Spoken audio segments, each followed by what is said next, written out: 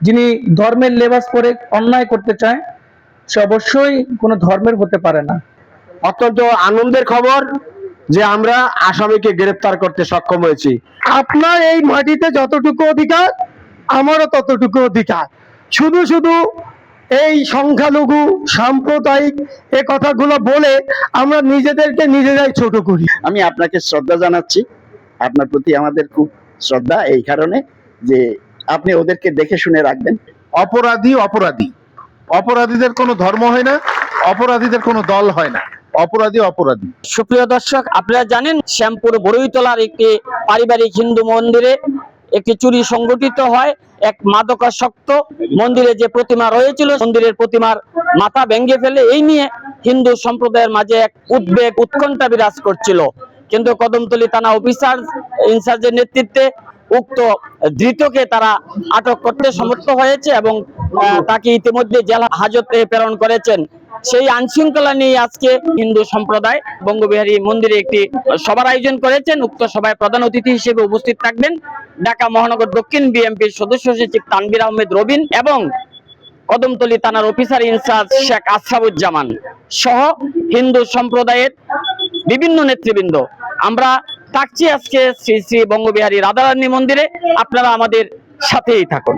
আমি গর্বের সহিত বলতে পারি এই শ্যামপুরটা এমন একটা জায়গায় অবস্থান করছে, এখানে কোনো জায়গায় আমি জানা মতে ধর্মীয় ব্যাপারে কোনো দাঙ্গা হয়নি। তবে এই পর্যায়ে যে ঘটনাটা ঘটেছে এটা সবাইকেই মর্মাহত করেছে, কিন্তু তাৎক্ষণিকভাবে যেটা সমাধান হয়েছে খুব অল্প সময়ে, এর জন্য সবাইকে ধন্যবাদ জানাই। নেতা নেত্রার ভূমিকা পালন করলে আমাদের ভূমিকাটা কি? আমাদের ভূমিকা কি? সচেতন থাকা। আমরা এত মন্দিরে আয়োজন করি, প্রসাদ করি, পায়েস করি, লাড্ডু করি, সবকিছু করি, কিন্তু মন্দিরের জন্য কি একটা ক্যামেরা আমরা কিনতে পারি না? বলাটা আমার অপরাধ হয়, আমার শাস্তি আপনি দিবেন। একটা ক্যামেরা কয় টাকা? একটা ক্যামেরা আমরা কি লাগাতে পারি না? ক্যামেরাটা লাগানো অতি জরুরি। একটা কিছু ঘটে গেলে আমরা প্রশাসনের দোষ দেই, নেতার দোষ দেই, সামাজিক বিশৃঙ্খলা তৈরি হয়, সাম্প্রদায়িক সম্প্রীতি নষ্ট হয়, সেগুলো কি আমরা চিন্তা করি? কিন্তু অসঙ্গতিগুলো আমাকে চিন্তা করতে হবে যে এইটা কি, আমাকেও সচেতন থাকতে হবে। আমরা এই এলাকার মানুষ অত্যন্ত ধার্মিক এবং অত্যন্ত শান্তিপ্রিয়। ছোটকাল থেকে এই এলাকার যারা রয়েছে আমরা হিন্দু মুসলমান মিলেমিশে এখানে বসবাস করি। হিন্দু হোক বা মুসলমান হোক, বৌদ্ধ হোক বা খ্রিস্টান হোক, অন্যের কোনো ধর্ম নেই। যিনি ধর্মের লেবাস পরে অন্যায় করতে চায় সে অবশ্যই কোনো ধর্মের হতে পারে না। যে প্রকৃত ধর্ম পালন করবে সে অবশ্যই অন্যের ধর্মের প্রতি সহনশীল হবেন এবং সম্মান তিনি প্রদান করবেন, এটাই স্বাভাবিক একটি ধর্ম। তো আমরা যদি আমার মন্দিরে নিরাপত্তা চাই, তবে আমার উচিত অন্যের যে উপাসনা আছে সেটাকেও সম্মান জানানো। কারণ দুইটি সন্তান যখন হিন্দু মুসলিম তার একসাথে যায়, বাসায় গিয়ে যদি বলা হয়, তার হিন্দু ছেলে তার বাবাকে বলে যে বাবা আমরা কি আমাদের গৃহে নিরাপদ, এই প্রশ্ন যদি তার থাকে, এবং মুসলিম একটি ছেলে যদি তার বাড়িতে গিয়ে বলে যে আমাদের কি সবাই ঘৃণা করে, কেমন হবে? এই রাষ্ট্র তো আমরা চাই না, এই বাংলাদেশ তো আমরা চাই না। অভিভাবক হিসাবে তানভীর আহমেদ রবিন সাহেব আমাদের যে ভূমিকা পালন করেছে এটা আমাদের প্রশংসনীয়। এবং প্রশাসন তাৎক্ষণিক তারা চিরুনি অভিযান করে আমাদের যে বিগ্রহ ভেঙেছে, প্রতিসাধন করেছে, আসামিকে গ্রেপ্তার করতে সক্ষম হয়েছে। আমি মদনদী থানার ওসি মহোদয় এবং প্রশাসনকে আমি ধন্যবাদ জানাই।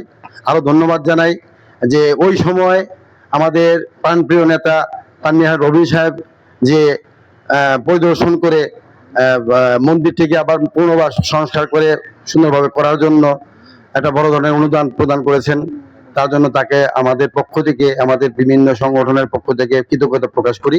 আমাদের দুঃখের বিষয় আমাদের ঢাকাচেরের জনগণ বুঝলো না, চিনলো না মানুষটাকে। এই মানুষটা আজকে সংসদ সদস্য হয়ে আসলে আমাদের এই ঢাকাচেরের স্কুল কলেজ মাদ্রাসা মন্দির সবকিছু আজকে আমরা পেতাম। আজকে আমরা একটি কঠিন সময়ের পরেই আবার একটি সুন্দর সময় আমরা আজকে অতিবাহিত করছি।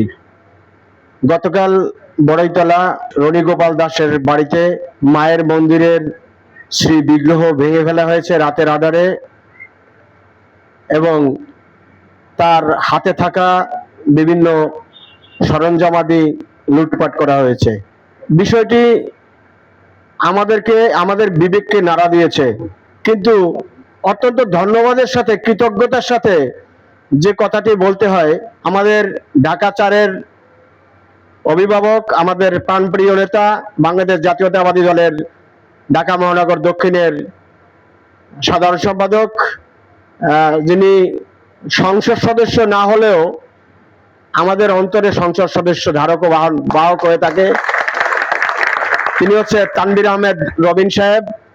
রবিন ভাই ছুটে গিয়েছেন এবং ওই মন্দির সংস্কার করার জন্য তৎক্ষণাৎভাবে তিনি 1 লক্ষ টাকা অনুদান দিয়েছেন।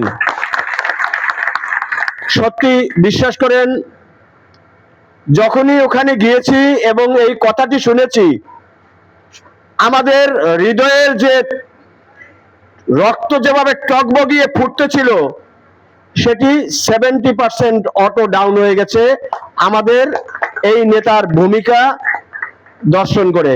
যখনই আমরা ওখানে ছিলাম তখনই হাঁপতে হাঁপতে ওসি তদন্ত সজীব দা এসে বলেছে যে অত্যন্ত আনন্দের খবর যে আমরা আসামিকে গ্রেফতার করতে সক্ষম হয়েছি। আমি আবেগাপ্লুত হয়ে ওনাকে জড়িয়ে ধরেছি।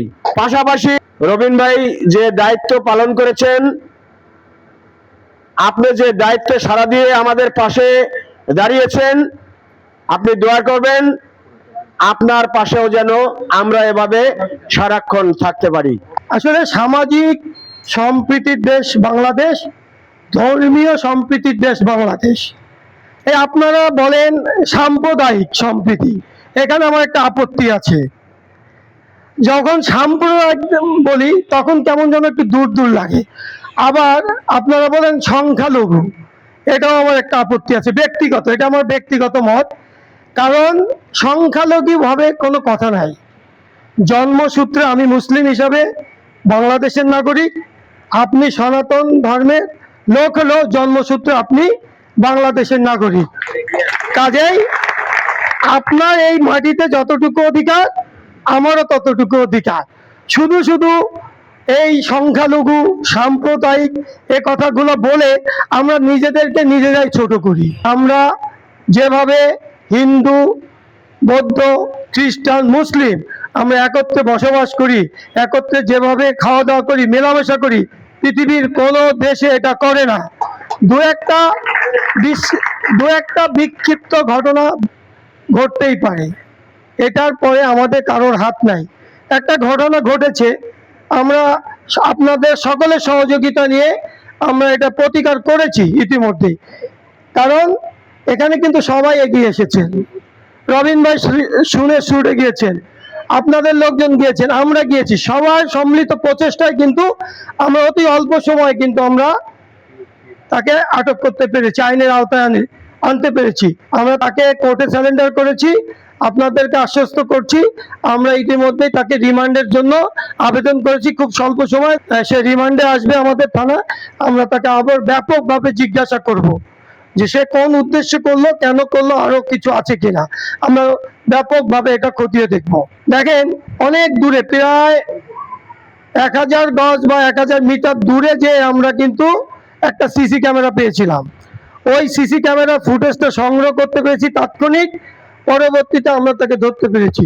কিন্তু এই সিসি ক্যামেরাটা যদি মন্দিরে থাকতো তাহলে কিন্তু আমাদের জন্য আরো সহজ হতো।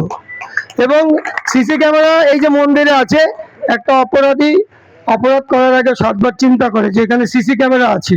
কাজেই প্রত্যেকটা মন্দিরে আপনাদেরকে সিসি ক্যামেরা স্থাপন করতে হবে।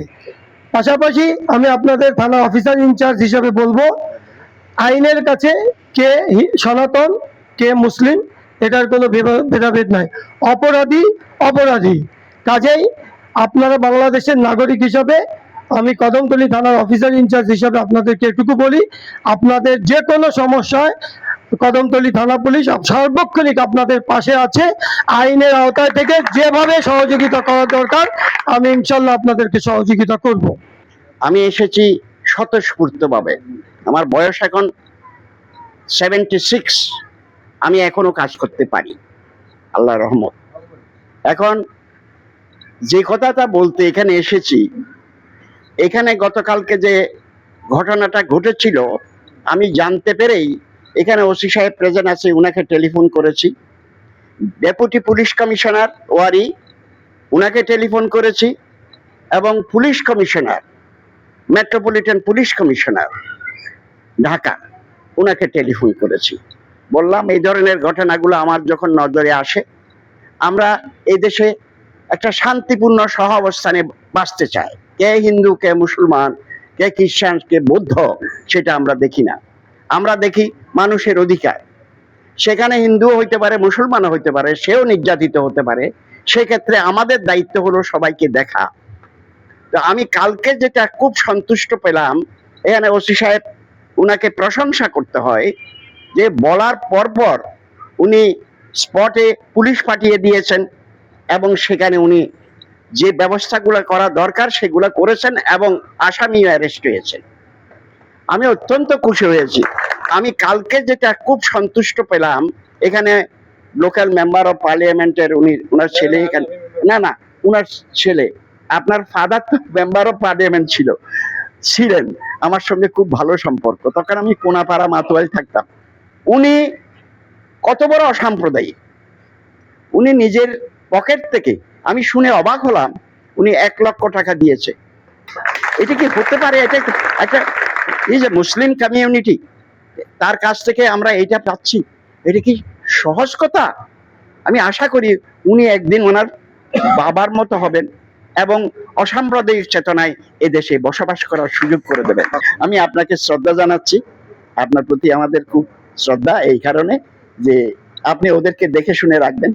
ইট ইজ ইউর কনস্টিটিউয়েন্সি, আপনার কনস্টিটিউয়েন্সি, আপনি ওদেরকে দেখে শুনে রাখবেন। It is my humble request. এটা আপনাকে আমি শ্রদ্ধা জানাচ্ছি।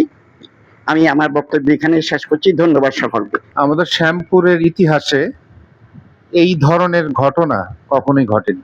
আমাদের মধ্যে যে বন্ধনটি আমাদের মুরব্বীরা তৈরি করে গেছেন উভয় সম্প্রদায়ে, সেটি অত্যন্ত শক্তিশালী, অনেক গভীর, এবং কখনোই এই এলাকাতে, শ্যামপুর কদমতলীতে কোনোদিন আমরা এই ধরনের গর্হিত অপরাধ হতে দেখিনি এবং আমরা সবাই আসলেই মর্মাহত। ঘটনাটি যখন ঘটে, সম্ভবত অনেক রাতের বেলায়, 2টার পরে ঘটেছিল, এবং আমাদের কদমতলী থানার ভারপ্রাপ্ত কর্মকর্তা ওসি সাহেব আমাকে ফোন দিয়েছেন সবার প্রথমে। এবং আশ্চর্যের বিষয় হচ্ছে, আপনাদের বিষয়টি জানানো দরকার, আমাদের মাননীয় প্রধানমন্ত্রী জনাব তারেক রহমান, বিএনপির চেয়ারম্যান, আমাদের যে গুলশান কার্যালয়ে আছেন, তার গুলশান কার্যালয়ে তার দায়িত্বপ্রাপ্ত একজন, তার আমাদের প্রিয় বড় ভাই আমাকে কিন্তু এই মন্দিরের এই ঘটনার বিষয়ে উনি জেনেছেন এবং আমাকে ফোন করেছেন। তো তখন যখন আমাকে ওসি সাহেব বলেছেন, আমি তাৎক্ষণিকভাবেই সেখানে উপস্থিত হয়েছে, এবং আমি উপস্থিত হওয়ার সাথে সাথে আমাদের যারা ওইখানকার নেতৃবৃন্দরা সবাই আছেন সেখানে উপস্থিত হয়েছেন। যেই কথাটি আসলে বলতে চাচ্ছি, আমাদের সম্প্রীতি, আমাদের মধ্যে যে বন্ধন, যে ভ্রাতৃত্ববোধ, আমাদের এই ভ্রাতৃত্ববোধ কিন্তু আমাদের ধর্ম দেখে তৈরি করেনি। আমাদের মুরব্বীরা এমন ভাবে আমাদের সম্পর্ক তৈরি করে গেছেন। আমরা এই একই এলাকার সন্তান, সবাই এখানে জন্মগ্রহণ করেছি।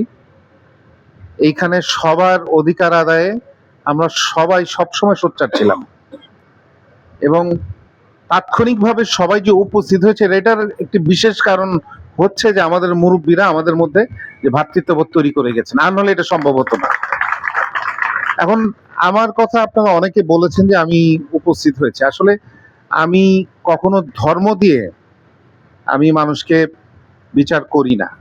আমি তো এই মানুষেরই অংশ, আপনাদের অংশ আমি নিজেকে মনে করি, আমরা মনে করি। তাই তাৎক্ষণিকভাবেই কিন্তু আমরা সবাই, যখনই যার কানে খবর গিয়েছে, আমরা কিন্তু তাৎক্ষণিকভাবেই এই ঘটনার প্রতিবাদ করতে, এই ঘটনার জন্য সহযোগিতা করতে আমরা কিন্তু তাৎক্ষণিকভাবেই সেখানে উপস্থিত হয়েছি। যারা মসজিদে, মন্দিরে বা যে কোনো উপাসনালয়ে যারা এই ধরনের গর্হিত অপরাধ করে, তারা কিন্তু, তাদেরকে ধর্ম দিয়ে বিচার করা যাবে না।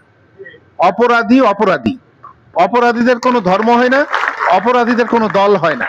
অপরাধী অপরাধী, অপরাধীকে অপরাধী হিসেবেই চিহ্নিত করতে হবে, এবং তাদের বাংলাদেশের যে আইন আছে, সে আইনের মাধ্যমেই আমরা যদি সকলে মিলে সোচ্চার থাকি, একত্রে থাকি, একজন আরেকজনের অধিকার আদায়ের জন্য আমরা সকলে কাজ করি, তাহলে কিন্তু বাংলাদেশে আইনের মাধ্যমেই এদের বিচার করা সম্ভব। আমাদের কদমতলী থানা প্রশাসন, আমাদের বিশেষ করে আমাদের ওসি সাহেব এবং আমাদের ওয়ারিজনের ডিসি সাহেব তারা সূক্ষ্মভাবে অনেক মানে তড়িৎ গতিতে যে আসামিকে শনাক্ত করেছে এবং পরবর্তীতে গ্রেফতার করেছে। আর আমিও আসলে বিশ্বাস করতে পারছিলাম না যখন আপনি আমাকে জানিয়েছেন যে অপরাধী গ্রেফতার হয়েছে, এবং এই গ্রেফতার হওয়ার ফলে এটার পিছনে অন্য কোনো উদ্দেশ্য আছে কিনা বা অন্য কোনো গোষ্ঠী আমাদের এই শান্তিপূর্ণ এলাকাকে শান্তি বিনষ্ট করার জন্য কোনো পায়তারা করছে কিনা সেটা অবশ্যই আপনাকে বের করতে বলছে। এখানে আমাদেরকে বের করতে হবে, এটা কোনোভাবেই এই বিষয়ে কোনো ছাড় দেওয়া যাবে না। এখন আমাদেরকে যুগের সাথে আমাদেরও চিন্তার পরিবর্তন করতে হবে। আমাদের নিরাপত্তার স্বার্থে মসজিদ বলেন, মন্দির বলেন বা যে কোনো উপাসনালয়ে আমাদের যে যৌক্তিক যে ব্যবস্থাগুলি আছে সেগুলি আমাদেরকে স্ব-উদ্যোগে নিতে হবে। তাই আমি আজকে এখানে মন্দির বা পূজা কমিটির অনেকেই আছেন আপনারা উপস্থিত, আমি আপনাদের কাছে অনুরোধ করব আপনারা নিজেরাই আমরা সতর্ক হয়ে, আমরা যেখানে যে ঘটনাটা ঘটেছে একটা পারিবারিক মন্দির, আমরা গিয়ে দেখলাম যে ওখানে কোনো লাইট নেই, একটা বাতি নাই, এবং সেখানে সিসিটিভি ক্যামেরাও ছিল না, এবং রাস্তার উপরে যে লাইটগুলি সিটি কর্পোরেশন সেটাও বন্ধ ছিল। এবং তাৎক্ষণিকভাবে আমাদের সেলিম রেজাকে যখন বলেছি যে সিআই কে ফোন করে আপনি লাইট ঠিক করেন, গতকালকে কিন্তু লাইট ঠিক করতে বাধ্য হয়েছে তারা। তো এই বিষয়গুলি, যেমন এই রাস্তার মধ্যে লাইট জ্বলছে না একটা মসজিদের সামনে বা একটা মন্দিরের সামনে, এটা আপনার আমার দায়িত্ব যে যারা এটার সাথে সংশ্লিষ্ট তাদেরকে জানানো, তাদেরকে চাপ প্রয়োগ করা যে এগুলি ঠিক করতে হবে।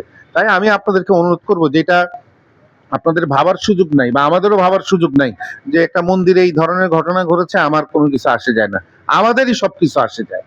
আমার দুঃখ হলে আপনার ব্যথা পাইতে হবে, আপনার দুঃখ হলে আমাকে ব্যথা পাইতে হবে। এবং আমি তো মনে করি যে শ্যামপুর এলাকায় আমাদের সম্পর্কটা এরকমই, আমি এর ভিন্ন অন্য কিছু চিন্তা করতে পারি না।